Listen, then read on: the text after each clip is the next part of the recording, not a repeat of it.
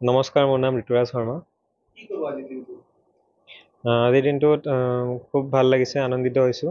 লগতে সকলোকে ধন্যবাদ জনাইছোঁ। মোৰ মা, মোৰ পৰিয়ালবৰ্গ, মোৰ বন্ধু-বান্ধৱী, মোৰ মেণ্টাৰ সকলোকে, যিখিনি মানুহে মোক ইয়ালৈ আনাত তেওঁলোকে সঁহাৰি জনাইছে, তেওঁলোকে হেল্প কৰিছে। ধন্যবাদ জনাইছোঁ। মই ক্লাছ 10লৈকে হেপী কনভেন্ট স্কুল ধুবুৰীত পঢ়িছিলোঁ। 11-12 মই ডন বস্কো পাণবজাৰত পঢ়িছিলোঁ। তাৰপিছত মই মোৰ স্নাতকৰ কাৰণে দিল্লী ইউনিভাৰ্চিটিৰ পৰা পলিটিকেল ছায়েন্স অনাৰ্ছ পঢ়িছিলোঁ। মোৰ আচল ঘৰ কামৰূপ ডিষ্ট্ৰিক্ট দদৰা পছৰিয়াত, কিন্তু মোৰ জন্ম ধুবুৰীতে। মই পঢ়া ক্লাছ 10লৈকে মই ইয়াতে পঢ়িছোঁ। মোৰ দেউতাৰ মা দুজনৰ ইয়াতে চাকৰি। মা এতিয়াও চাকৰি কৰি আছে হেল্থ ডিপাৰ্টমেণ্টত। দেউতাৰো চাকৰি আছিলে, কিন্তু 2011 মোৰ দেউতা ঢুকাইছিলে। হয়, এক্সামটো টান দুটা কাৰণে অলপমান টান হয়। এটা হয় যোনটো চিলেবাছ হয়, এইটো বহুত ডাঙৰ চিলেবাছ, আৰু দুটা যিমান মানুহে দিয়ে তাৰ তুলনাত চিট বহুত কম। ধৰক 8-10 লাখ মানুহে দিয়ে, কিন্তু চিট অকল 1800। সেইটো কাৰণে বেছি টান হৈ যায়। কিন্তু মই ভাবোঁ যে এই এক্সামটোত হাৰ্ড ৱৰ্কৰ লগত লাকৰো বহুত কণ্ট্ৰিবিউশ্যন আছে। কিন্তু মই ভাবোঁ যে অলপমান যদি ৰাইট ষ্ট্ৰেটেজি, ৰাইট গাইডেঞ্চ যদি পাই যায়, মানে এক্সামটো এনেকুৱা নহয় যে ক্লিয়াৰ কৰিব নোৱাৰে। নতুন প্ৰজন্মক এয়াই ক'ম যে যিহেতু ময়ো এজন নতুন প্ৰজন্ম, ময়ো চাই আছোঁ কি কৰিব পাৰোঁ।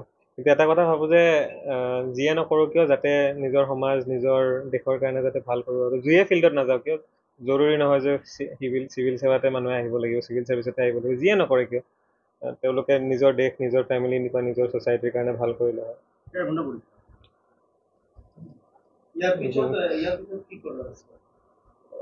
ইয়াৰ পিছত যিহেতু ছাৰ্ভিচ এল'কেশ্যন আহিব, তাৰপিছত চাওঁ কি ছাৰ্ভিচ পাওঁ, আৰু চাওঁ আগলৈ। এতিয়া ভবা নাই কি কৰিম, যিহেতু ইটছ ভেৰি ইমিডিয়েট। চাওঁ আগলৈ কি কৰিম।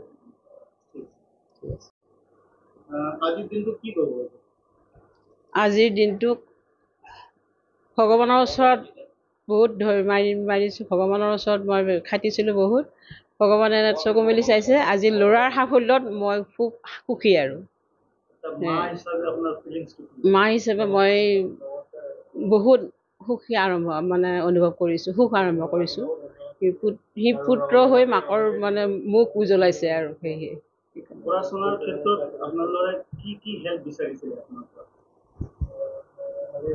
হেল্প সেনেকুৱা মোৰ পৰা বিচাৰিব লগা নাই। কিছুমান অসমীয়া হেৰিবিলাক তাক ক'ব লগা হৈছিল। বাকী সি কোনো মোক হেৰি কৰা নাই। সি নিজেই ইণ্টাৰনেটতে চব পঢ়িছিল, আৰু সেনেকৈ আৰু সৰুৰ পৰা তাক পঢ় বুলি ক'ব লগা হোৱা নাই। মই কেতিয়াবা বাহিৰত ওলাই গ'লেও তাৰ নিজৰ কামখিনি সি নিজে কৰিছিল।